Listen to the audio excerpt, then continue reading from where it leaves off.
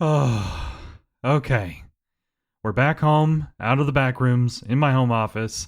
Everyone's safe, work is done. Now I can finally focus on my creative projects and the podcast. Bradley, it's me, Finton Marybrook. Yeah, I know who you are. Really? Because it's been so long since you've touched Devine, I figured you'd need a reminder. No, Finton, I remember. What do you need?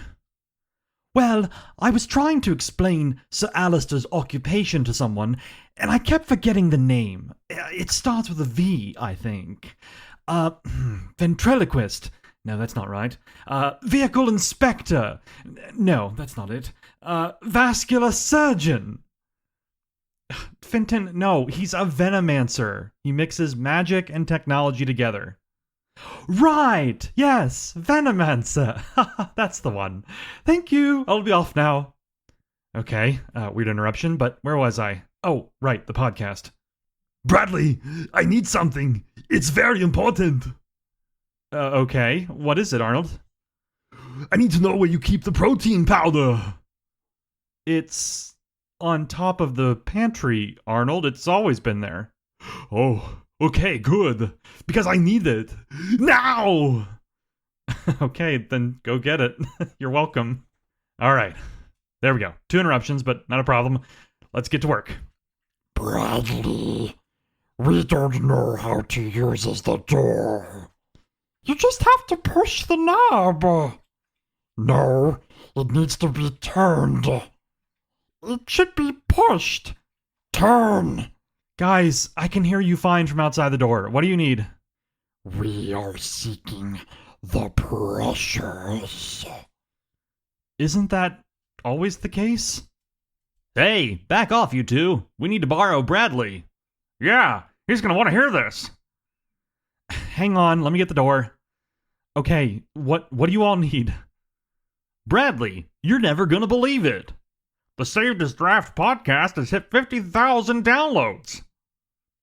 Guys, I already knew that. It happened the other week. I had a whole announcement about it and everything. Wait, really? Well, what are we gonna do with this cake then?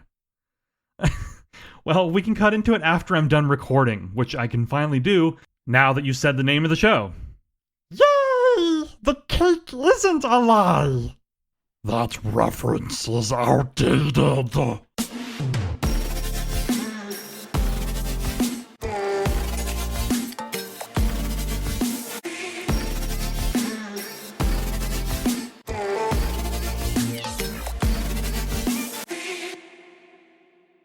Hello, everyone, and welcome to episode 74 of the Saved as Draft podcast. Today's episode is packed. I brought back the power-up prompts this past week, so we'll be checking those out in addition to our weekly shoutouts and writing discussion. Now, I did have an interview scheduled for this week, but we've had to postpone it due to factors outside either of our control. So please look forward to a new interview next week, and most likely another one the following week, despite my switch to the bi-weekly interviews. Just trying to catch up here. And I'm going to be scheduling as well interviews soon with our Halls of Pandemonium winners, most likely this coming week. So if you are one of those winners, keep an eye out for a DM from me and we'll get that moving. I'm really excited to talk to everyone who took home the win from last month's challenge, and I apologize for the delay. But yeah, lots of exciting stuff coming down the line for the podcast here. So in the meantime, let's dive right into this week's Community Spotlight.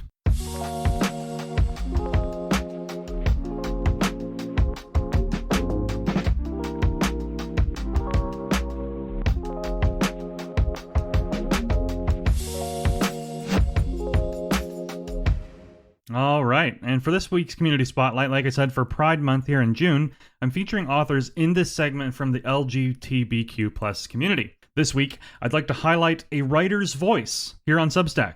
This is someone whose work spans a wide range of genres and structures. As their bio states, they write everything from the gentlest love poem to the most incendiary political poetry, from literary fiction to fearless erotica. Their work moves between tenderness, fire, beauty, resistance, intimacy, and power. They also have a poetry collection out now called Paper Blanket Collected Poems, which sounds really cool. You'll find a link to get your copy in the show notes, along with a link to their profile if you'd like to subscribe. A huge thank you to A Writer's Voice for all their support and for sharing their amazing work with the world. And now, we'll check out this week's shoutouts right after a quick word from our sponsor. Today's episode of the Saved as Draft podcast is sponsored by The Draft Capsule. Okay, time to get back to Devine. Man, I can't believe it's been over a month since I published a new chapter. Gosh, I'm trying to remember where I left off. Oh, Bradley, you're at the computer. That's a rare sight. Finton, I'm always here. Between work and Substack and creative projects, I might as well just live in my home office here. I know, I was being sarcastic. I see you finally have the Order of the Pawn open. Yeah, I'm just struggling to remember where I left off. Wish I'd left myself some notes or something. Or how about this, maybe the equivalent of a writer's time capsule? Yeah, exactly. Hey, wait a second, this is starting to sound like an ad. Haha, that's because it is one. Bring it in, boys. Introducing the Draft Capsule, a brand new way for writers to remember where they left off on their projects. Leave yourself notes in the form of a pre-recorded message. Set a time and date for it to open when you know you'll be back. And as it happens, I made one for you, Bradley. Okay, let's see how it works. Hello, Bradley. So, when we last left our heroes with the Order of the Pawn, 2 of them had gone to the past to try and stop the rot from reaching Devine. Okay, yeah, alright, yeah, it's coming back to me. Now, I have some thoughts on this twist. I worry that you're not capable of handling the complexities that come with time travel. Finton. Sorry, let me just fast forward this part. And while we're on the subject of dialogue, who do you think actually talks like that in Devine? Finton. Sorry. Just a little farther. I get back to it, don't worry.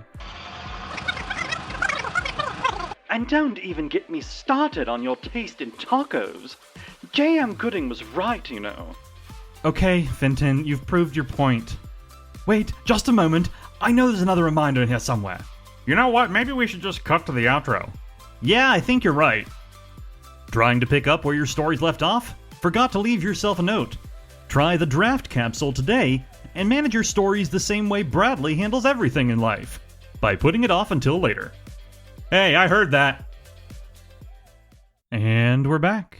Every week on Tuesday, I post a thread in my subscriber chat where you can share links to your latest work for a chance to be featured on one of 3 shows now, including this one. I pick 5 at random each week for this segment, and I'll offer my thoughts as well as narrate an excerpt from each piece as well. A quick note, by the way, we've had some folks submitting links multiple times across multiple weeks lately, so as a reminder, we do keep a backlog of everything that's been submitted in a shared doc, so we have options to go back to on slower weeks or as needed. So, as a friendly reminder, please share every link only once per week because we do save them. On slower weeks like this one, we'll go back, like I said, so even if you weren't featured the week you shared, there's still a chance it can come up later, and I appreciate it. Also, since we weren't able to get through all of the poems in the live poetry reading that I did with Stefan Pasek last week, I'm going to incorporate some of those into future shoutouts as well, so that those folks can have their work featured. We streamed for over 2 hours, but didn't manage to get through all the submissions, which is pretty awesome. I'm not going to lie. I love that we got that many people submitting poems. So again, I want to reward those people who submitted by working some of their poetry into the shoutouts here over the course of the next several weeks. So you'll see one of those this week, and I'll point it out when we get there.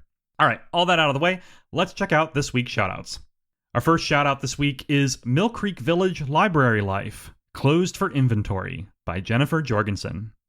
So I've been recently getting back into Mill Creek Village and all the stories in that shared universe created by Mary Ellen Brady, which, of course, she launched this universe as part of a writing challenge back in March, but it has since grown past that to become its own little corner of Substack with a bunch of connected stories. So after the challenge, the community, they all had physical homes in this Mill Creek Village, and they write about their lives and interactions with others in the setting, and it's really, really cool. So zooming into this story here, we join Jennifer's characters, which range from a librarian to a few patrons to a wonderful dog that lives in the library named Gus. So the concept of the story here is simple. The library is closing the place to do inventory. Now, as you may know with Jennifer's work, things are rarely as simple as they seem. What follows here is a series of nearly unexplainable events that push this poor librarian to her breaking point. New books keep appearing, the count of the total books is always off, and other smaller events play out that will have you questioning the true nature of this library. And that's what I love about Mill Creek and this story here as well. It's that mystery that permeates the entire setting. Those slightly supernatural elements that point to a larger, more fantastical truth. And then, of course, the company behind Mill Creek and the miniaturization, which is part of the lore. All of the Mill Creek authors bring these elements to their work, and I love how Jennifer here uses it to test her character and to create some really funny banter between the librarian and others in their dialogue as they try to get to the bottom of the mystery. It's really, really fun. As always, very sharp writing from Jennifer, and it'll keep you hooked all the way to the end. Let's check out an excerpt. I stared at her for a moment. She took my silence as an opportunity to add, "Also, do you have any books that discuss the distinctions between astronomy and astrology and where they overlap?" I continued to stare. Finally, I sighed. I had a very simple plan for today. "I'm sorry," she said. "No, you're not." "Not entirely." "Fair. I had, after all, had plans with her first." "What exactly are you wanting to know?" "I was hoping to compare the stars over Mill Creek with the stars visible from the crossroads, and maybe from the night sky we used to see before we came here," she said. "And possibly from the other communities, depending on whether anyone has made decent observations." "Decent observations in this village are harder to come by than one might hope." I noticed. That I respected. The astronomy section contained 27 books when I counted it the first time. After Phoenix asked her question, it contained 31. That was not ideal. One of the new volumes was wedged between an introductory guide to constellations and a frankly overconfident book on backyard telescopes. Its spine read, "Navigational Thresholds and the Problem of Local Stars." Phoenix and I looked at it. "I assumed that wasn't there before," she said. "No." "May I borrow it?" I removed the book from the shelf, opened the front cover, and found a Mill Creek Village library barcode already attached. "Apparently you may." The checkout card tucked inside the back cover listed no previous borrowers, but the due date had already been stamped, 2 weeks from today. I didn't like that at all. It made me twitchy. Really, really good. It's a very fun story. Like I said, great mixture of tone, mystery, and of course the way that it plays into the larger Mill Creek universe. Great stuff from Jennifer. Our second shout out this week is Embodied Memories by Coral Evermore. So this post is really interesting right off the bat. Coral mentions that it's an essay that was written for the final project of a time travel narratives class, asking students to consider time travel in relation to bad loops. Coral chose to write a short story connecting the ideas they've been most compelled by throughout the quarter. Trauma and ghosts as mechanisms of time travel. Really fascinating stuff. And in general, I love time travel and I love Coral's work, so I was immediately excited to read this one. Another thing that I really like is that Coral includes immersive audio for you to listen to while reading. Really nice detail there. And now onto the piece itself. There are some heavy themes here right off the bat surrounding childhood trauma and how that extends into family bloodlines. If those topics are tough for you, I would advise discretion when diving into this one. That aside, the writing here is astounding. I'm telling you right now, Coral better have gotten an A+ on this one, or I'm going to need to have a conversation with the teacher. It weaves in and out of traditional storytelling effortlessly, as it also incorporates the author's lived experiences. It walks the line between creative nonfiction and a personal essay in the best way possible. It's packed with atmosphere, full of symbolism, dripping with metaphor, and all of it fits together like puzzle pieces that were always meant to be there. I could do an entire podcast episode breaking down this piece, but for the sake of time, I'll settle for reading you an excerpt. The only reason I know as much as I do now is because she wrote about it. I was trying to print something using her computer, and the document was already open. Even at a quick glance, I knew what it was about. Without thinking, I took my USB drive and downloaded everything. Maybe it was a violation of privacy, but a deep gut instinct told me I was meant to see it. When I was by myself, I read everything. She wrote about her life, the embodied memories, the events that triggered them, and all that she had discovered in her research. My experiences echoed her own. She has lived with these temporal rifts And so is my grandmother. Was this what she was so engrossed in throughout my childhood?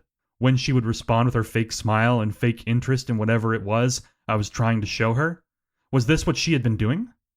I wanted her attention so badly, for her to really look at me, to tell me that she was proud, that she loved me, that she was there. But she couldn't. Not when all this was weighing on her. Scrolling through the pages of her writing and research, I finally understood why. It still hurt to think of my younger self being ignored, but I understood nonetheless. She had done quite a lot of research on her own, though it was limited. I learned quickly that our family has deep roots in New Mexico. We used to be native Spanish speakers and devout Catholics, but we assimilated, becoming Christian Americans instead. Was this why I knew what the man was saying? Had we lost our language as another form of silence? Incredible stuff. Like I said, some just amazing mixture of storytelling, personal kind of experiences, obviously family history, those themes we talked about of trauma, and then of course the time travel, the bad loops, just a lot of really cool elements happening at once here, but it fits together. That's the best part. Like I think any other writer would have struggled to make this feel cohesive, and Coral just made it all work perfectly. So please check this one out if you're interested. You'll find links to all these in the show notes. Our third shout out this week is Part 1 Before the Election by Laurie McIntosh. This is a really strong beginning to a series here, and it has a strong opening line as well. It simply reads, "It always starts with something mundane. The world coming to an end, I mean." Fantastic opening line. In this first chapter, we join a farmer named Malcolm in Scotland, as he has a crisis surrounding an issue with fertilizer prices going through the roof because of the war in Iran. So right there, we have a connection to the real world, and this highlights something a lot of people don't realize. You see, I work in electronics manufacturing and supply chain software at my day job, so a lot of what I write there is about how things like the war in Iran, or AI, or tariffs are affecting prices and timelines of manufacturing around the globe, not to mention supply chains as well. And the crazy part is that it extends to everything, even fertilizer, as we see here in this story. Global events like the war in Iran feel isolated, but policy changes like tariffs and everything else in between have a ripple effect that goes a lot deeper and more global than most people realize. It's really interesting stuff. But back to the story here, Malcolm is having a conversation with Sally about the issue, and they're discussing options. What starts as an economic discussion quickly devolves into a moral one, because at this point they have livestock to think about, and of course their own livelihoods on the line as well. And these are the details and the personal crises that you never hear about on the news. This is what happens when something that feels isolated trickles all the way down to the individual, and I love how this first chapter shows that. Let's check out an excerpt. "This is not a casual conversation we are having, is it? As much as I want it to be, it's just not. I'm losing sleep, Sally. I'm losing sleep." Sally hands Malcolm a piece of junk mail and a Sharpie pen. "Show me." "Okay. Remember how I used that inheritance from Uncle Duncan to stock up on fertilizer in 2020? "Yes, and how I thought that was an odd thing to do, but I also know when that savant voice speaks to you, I need to get out of the way," she said with a knowing smile. "Okay, so starting there." He began to write and talk simultaneously. "We paid 43,400 pounds for 200 tons of fertilizer. Today, it's selling at 450 pounds per ton. That brings us to our first option. Option 1, sell all the fertilizer and let the fields go fallow. 90,000 pounds sale price, 46,600 pounds profit." "So that is a here and now solution," Sally confirms, reeling at the numbers. "Yes, and not one I think either of us would be comfortable with." Malcolm joined Sally, nodding in quiet synchrony. "There is the option of channeling the spirits of our grandparents and planting feed beans instead of barley. Because that would replace the lost nitrogen in our fields while also providing feed for livestock, whose grazing options are looking more and more grim," Sally surmised. So as you can see there, they really get into the details of how this all plays out, and it feels very relatable as a result, which I really enjoyed about this. Not to mention, we get a snapshot here, and then the chapter ends. So it really does make you want to keep going, because you're already invested. It's fantastic work from Laurie, so definitely check it out. Like I said, links to everything in the show notes. And speaking of farms, our fourth shout out this week is 10 Most Common Homestead Animals for Writers by Allie Hart. Allie's publication is called Writing Rural with Allie, and it's a fantastic resource for those that are looking to get the details right in their rural world building. With this piece, Allie takes us through the top 10 creatures most often found around a homestead and the roles that each of them play. As Allie says, if you want your fictional homestead to feel authentic, these animals need to be in your world building toolkit. A few examples are chickens, who not only provide eggs, but also control the local tick population by eating them. And there's goats, who provide milk and control underbrush by eating it as well. Another example are turkeys, who lay their own eggs and scare off larger birds of prey like chicken hawks. This post is packed with amazing info like this for world building, and I definitely recommend Allie's publication in general because there's lots of great information like this. The attention to detail is amazing. Let's check out an excerpt. Number 4, duck. Ducks are very common in places prone to flooding. The reason is that while you will need to save chickens, goats, and other animals from floodwaters, ducks can actually handle this themselves. Not that people do not try to save them by taking them to high ground, but with floods, they can rise super quickly, and there may not be time. The animal's ability to survive on their own is a huge deal. Furthermore, duck meat is yummy. If you don't believe me, just go visit your closest fancy restaurant and they likely serve it. Ducks also tend to lay more eggs than chickens, plus they are also bigger eggs. Duck eggs are roughly 1.5 chicken eggs. I say roughly because some eggs are bigger and smaller depending on the breed of both chicken and ducks. Great stuff. And as you can see right there, lots of detail about ducks. I mean, I feel like if I was writing a story and I wanted to consider this detail, I would like to think that I would, make the connection that ducks would be okay in a flood because they can float, right?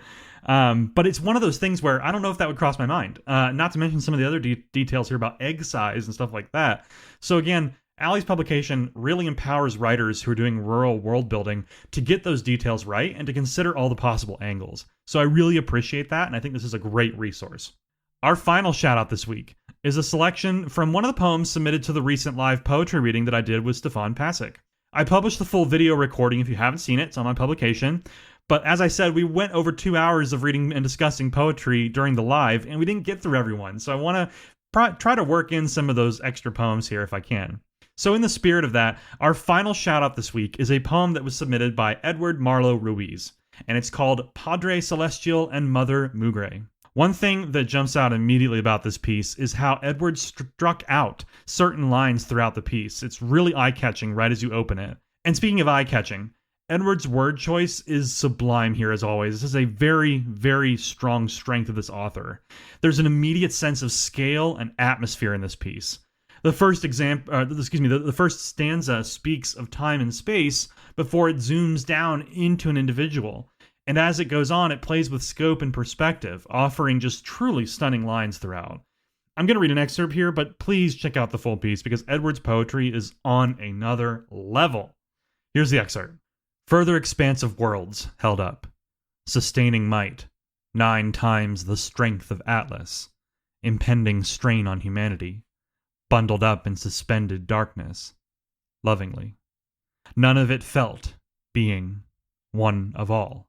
He is of a million suns, suspended void, not much sight. The night is when everything clears. If Mother isn't feeling verbose, crystallized. See through, seek the horizon. He can see you most of the time, both everywhere, in between and with us. Never touched. Absolutely amazing. And fantastic stories for all the shoutouts this week. So thank you to everyone who submitted links. Next up, we'll look at the submissions for this week's power-up prompt, but first, a quick mindful moment. Hey there, this is Chill Bradley, here with this week's mindful moment. Here's a quote to consider.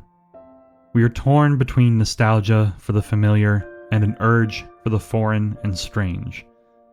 As often as not, we are homesick most for the places we have never known. Carson McCullers.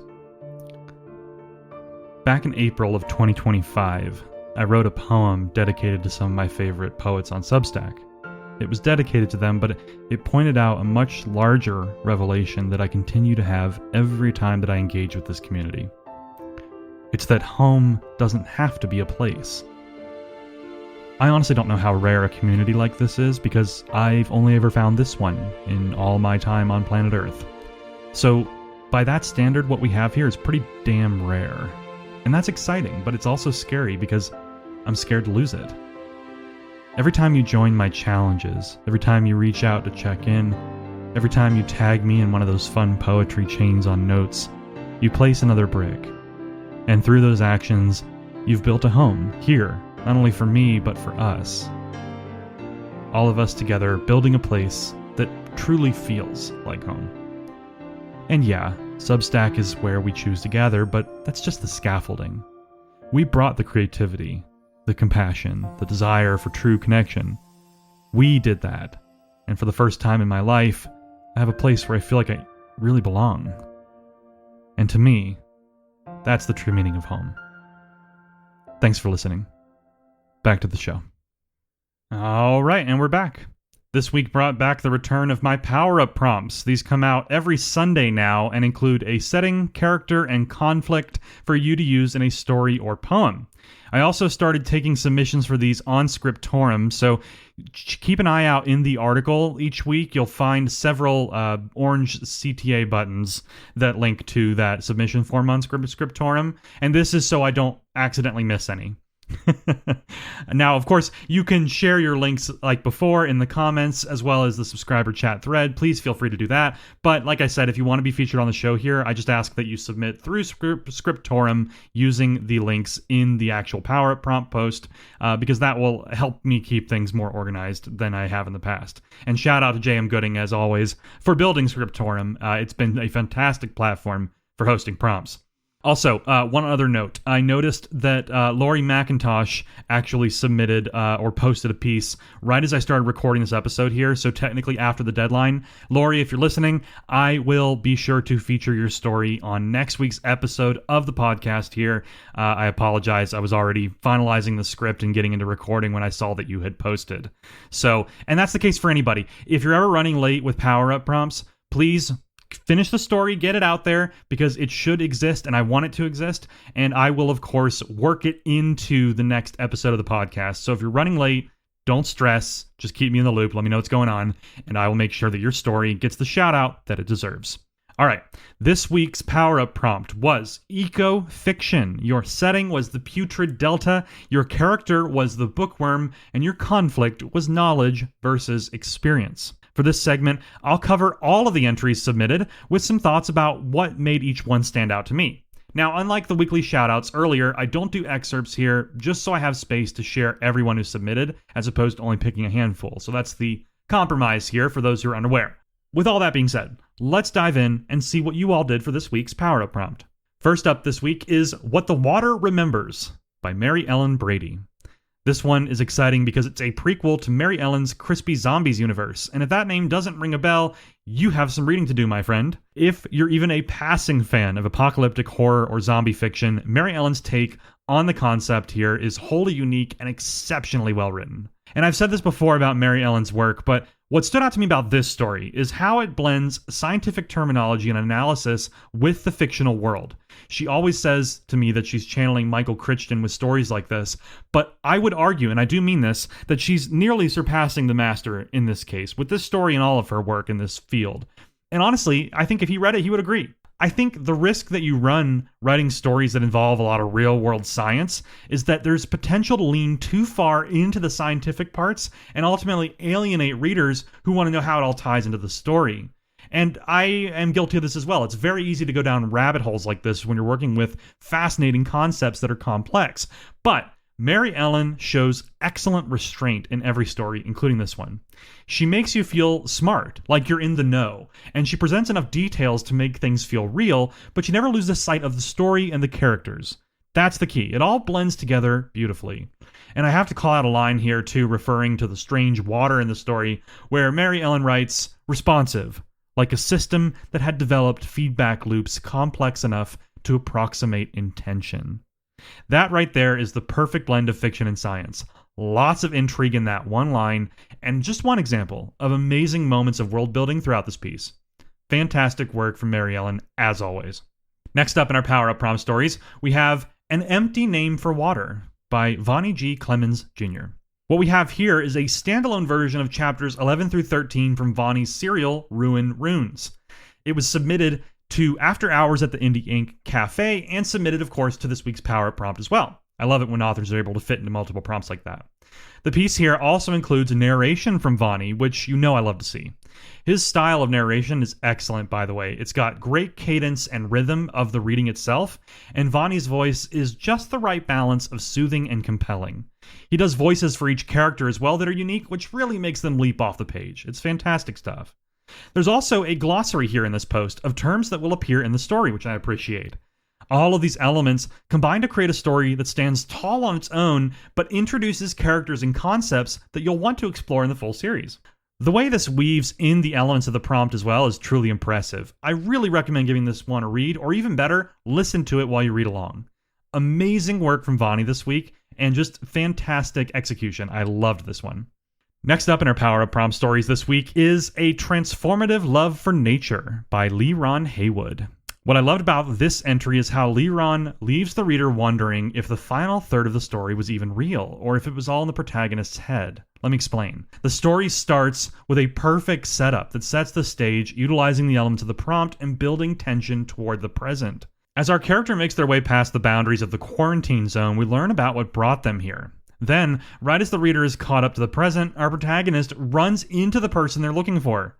There's just one problem. They don't know if this person is actually there, or if their protections have failed and they're hallucinating due to toxic fumes that have somehow gotten into their mask and suit.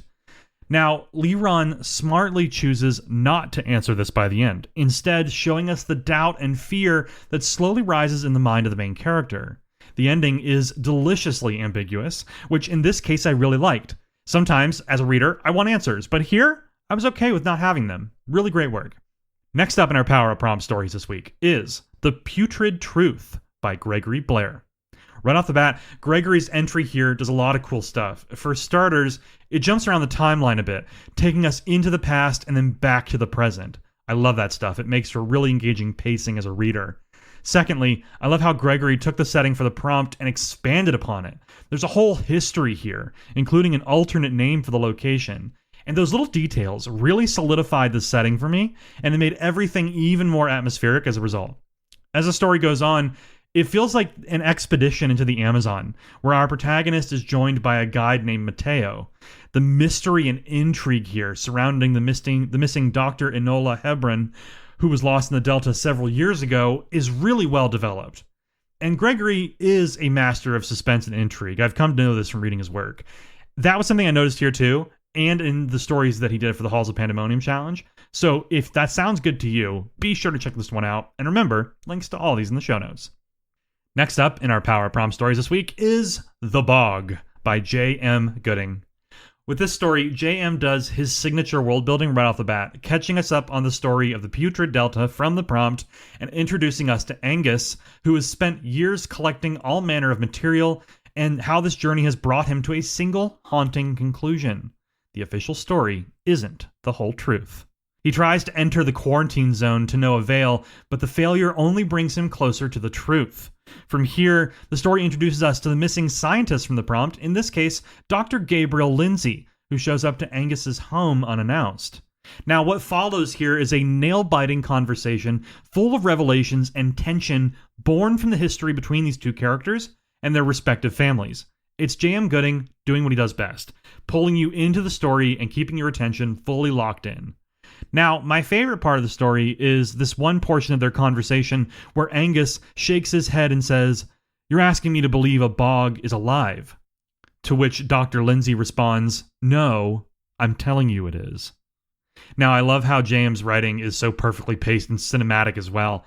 I can always picture these moments, especially with this story, and I can hear the dialogue in my mind, and it's something that he always does really, really well. It's just perfectly built as far as the story goes.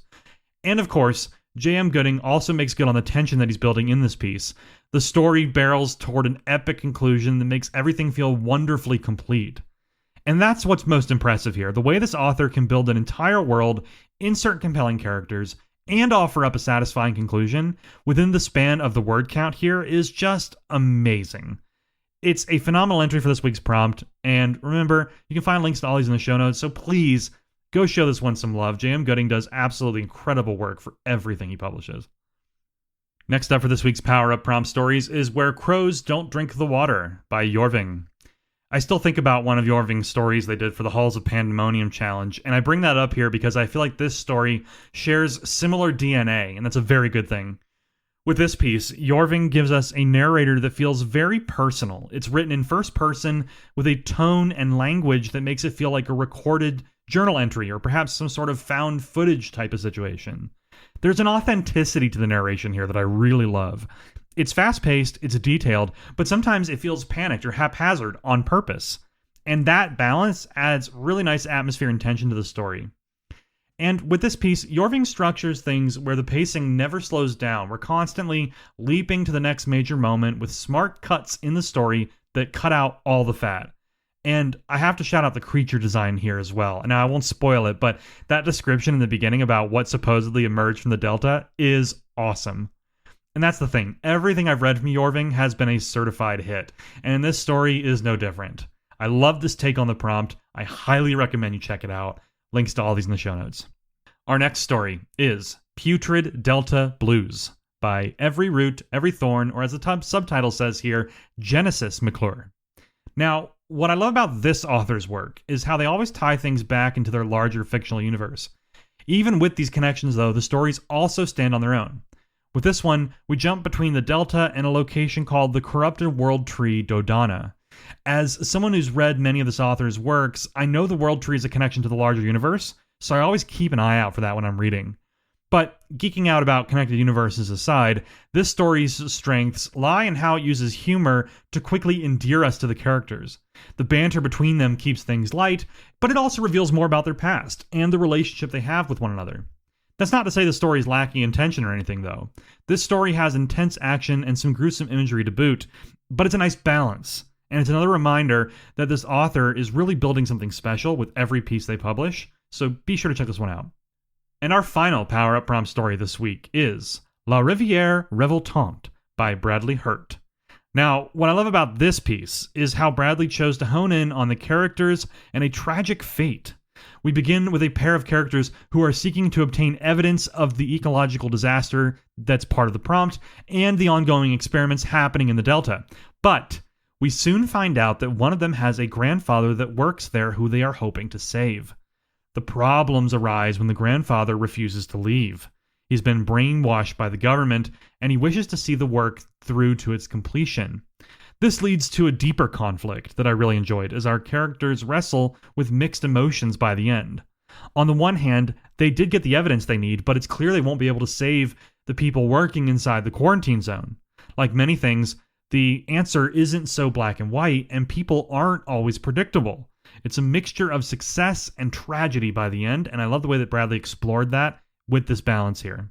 All right, well, I gotta say, that was an excellent return to form for our Power Up prompt this week. Like I said at the beginning of the section here, Lori's story, in addition to anyone else who would like to post between now and next week for this prompt, keep me in the loop. If you do have something you're working on, I'm happy to feature stories that didn't quite make this week's deadline in the following podcast episode. I'm always happy to do that.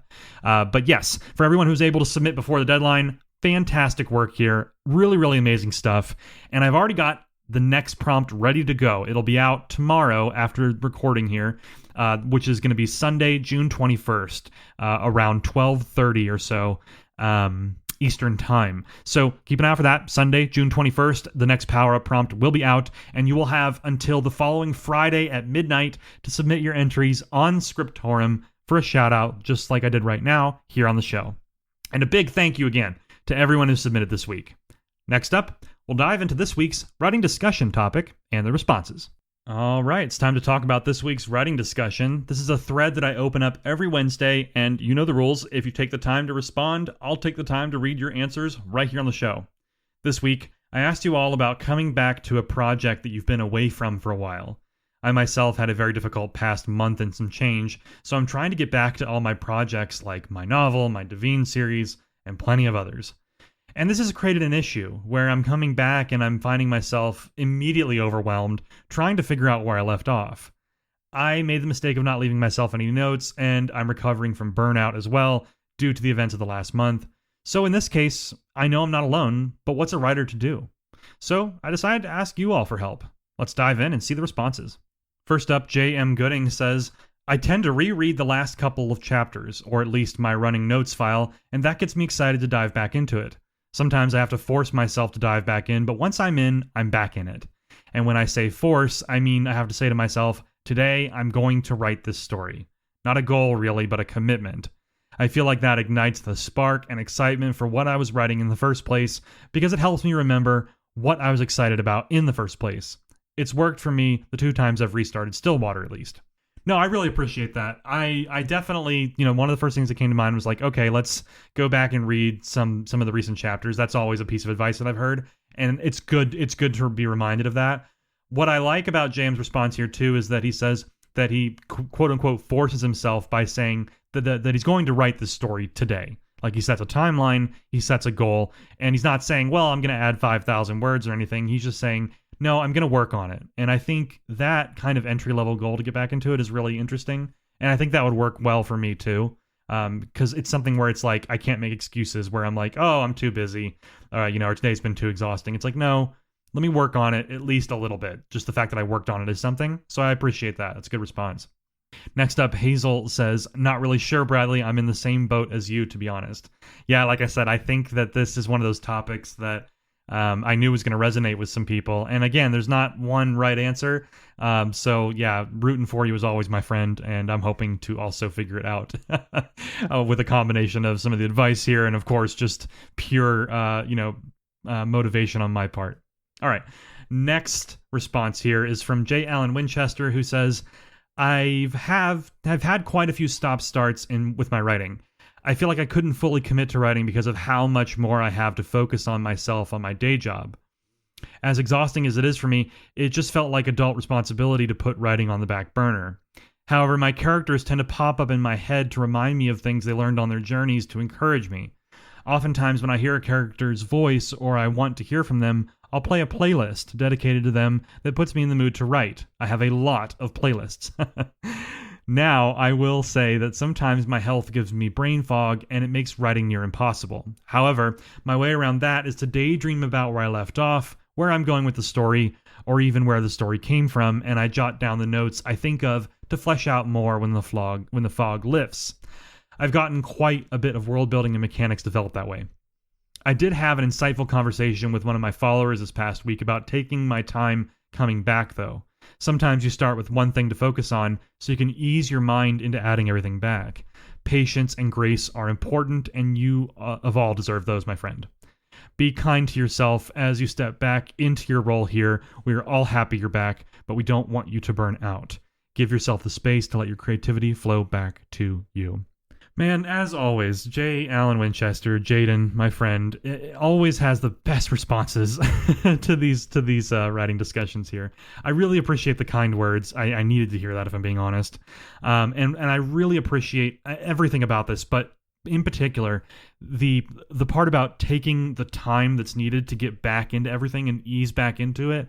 I think that's something that I've failed to do countless times in the past. And so this time I really am trying to, because I have, like a long list of projects that I need to get back into, some more pressing than others, but all of them important equally to me. And so I'm trying to layer them back in, kind of fit them in. And when I do layer them back in, I try to do so in such a way where there is a sustainable schedule moving forward. That's the big thing.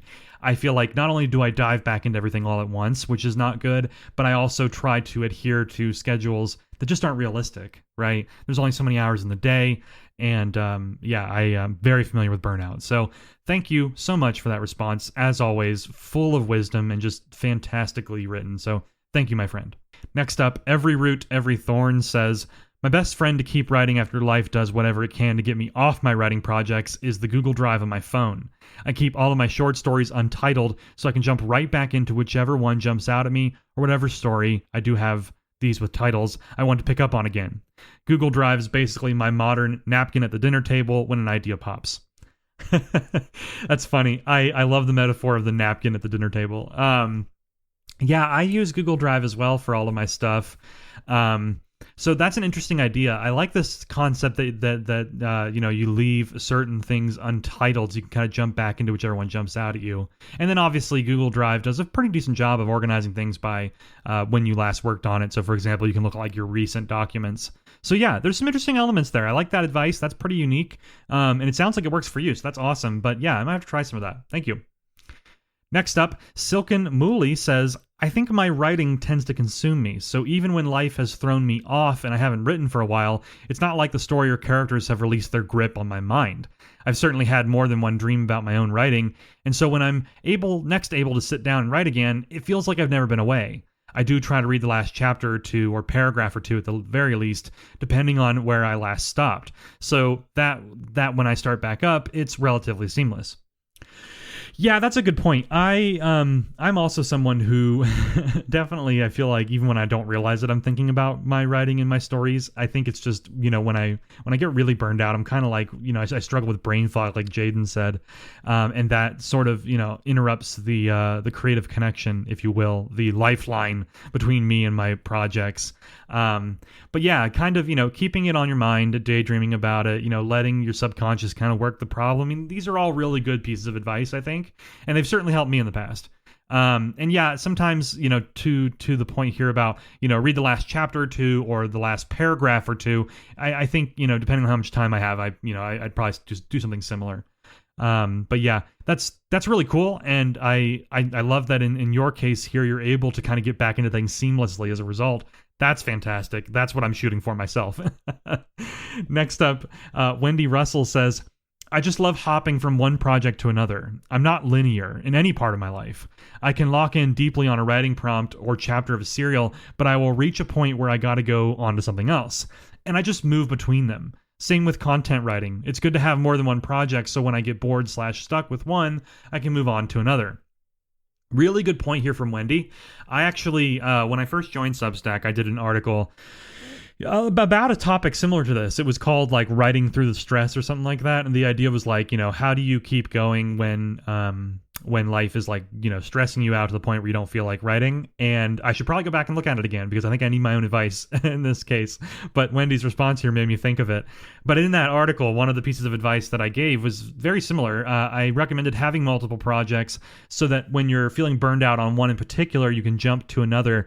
And sort of having that variety, as others have mentioned here too, can really help. It's definitely helped me in the past. So that's great advice. Lastly here, Ezra Morewood says, I'm still getting my spark back, but I think remembering why the projects were / are so important to me.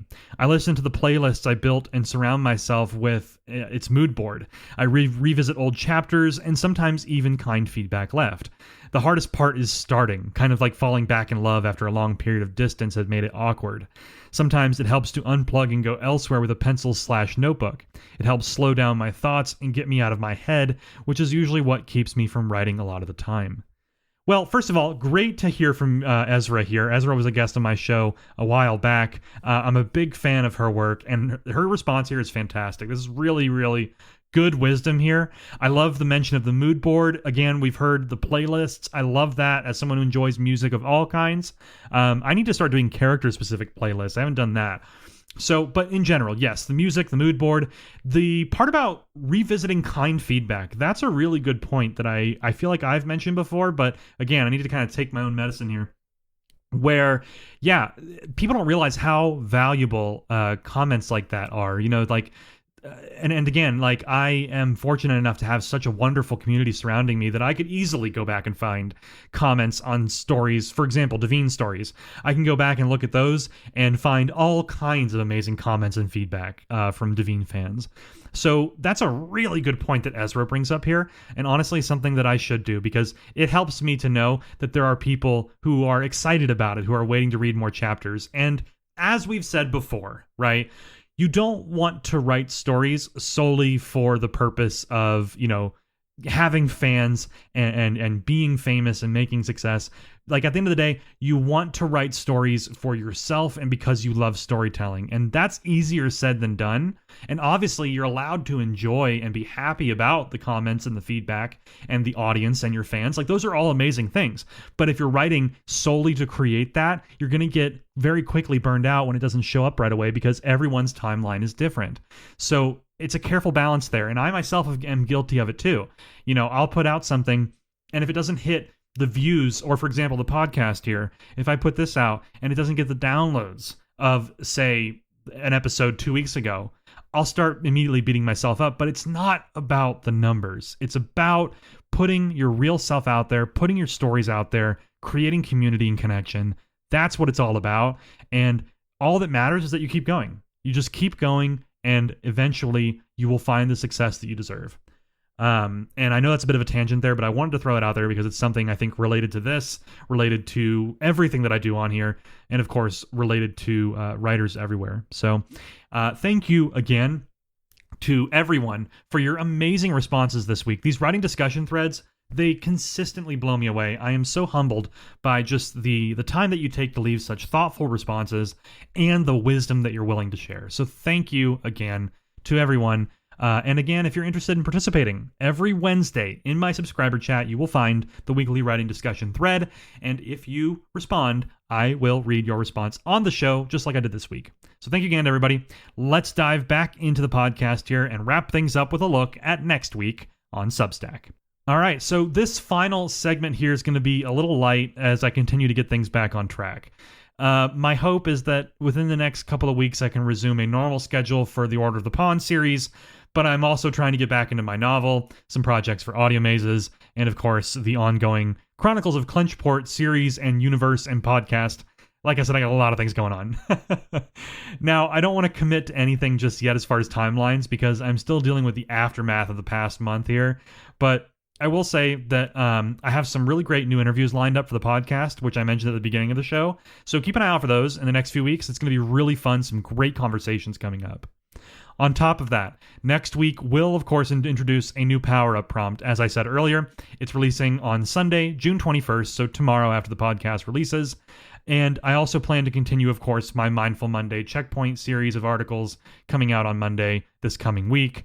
And then, of course, we'll have our chat thread on Wednesday and our shoutouts thread on Tuesday as well.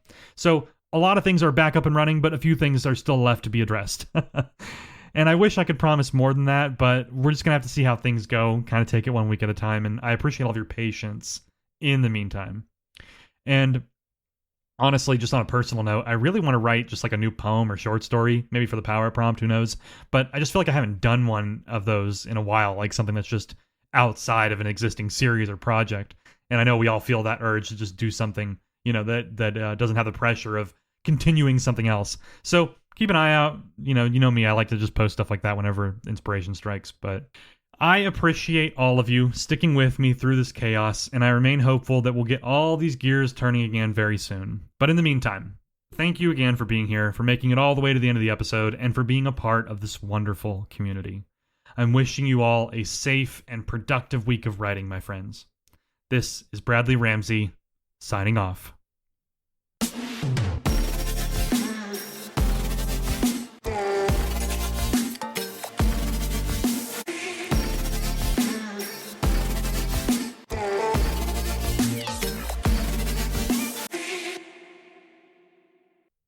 Okay, that's it. Another episode in the bag.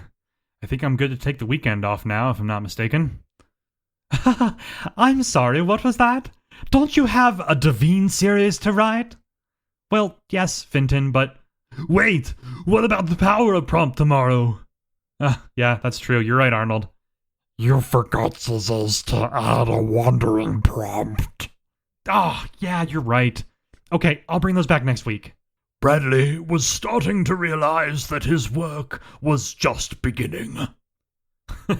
Thank you for that helpful insight, David. All right, better get back to it.